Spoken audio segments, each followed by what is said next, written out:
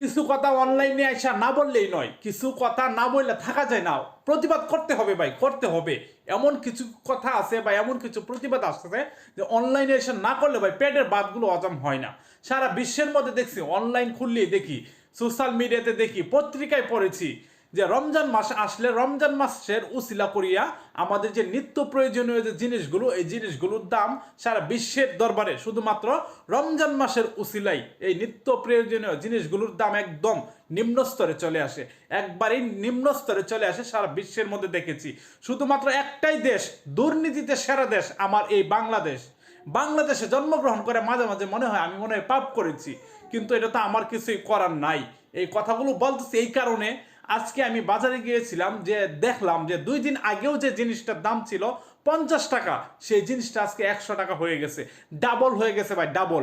এই যে কাঁচা বাজার, কাঁচা বাজারে যদি আপনারা যান তাহলে আগুন দেখতে পারবেন যে আগুন লেগে গেছে কাঁচা বাজারের মধ্যে, ঠিক আছে? মানে এত বাড়ছে ভাই। রমজান মাসে আমাদের এই বাজারজাতের দামগুলো আমরা চাই যে কমুক।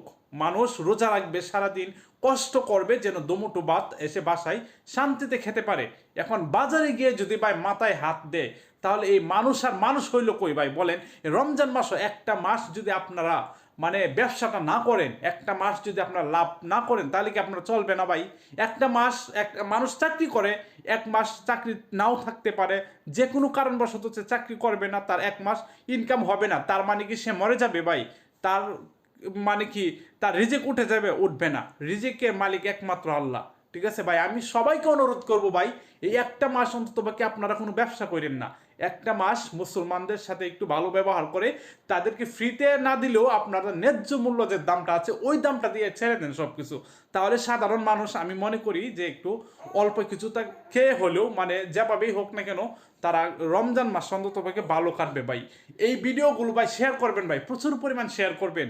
সবারই কথা বলা উচিত এইভাবে অনলাইনে আইসা। যদি বাস্তবে সরাসরি কথা না বলতে পারেন, কম করে হলেও অনলাইনে এসে একটু প্রতিবাদটা ভাই করবেন। ভিডিওটা একটু শেয়ার করে দেন ভাই, অনুরোধ সবার কাছে, ভিডিওটা একটু শেয়ার করে দিবেন।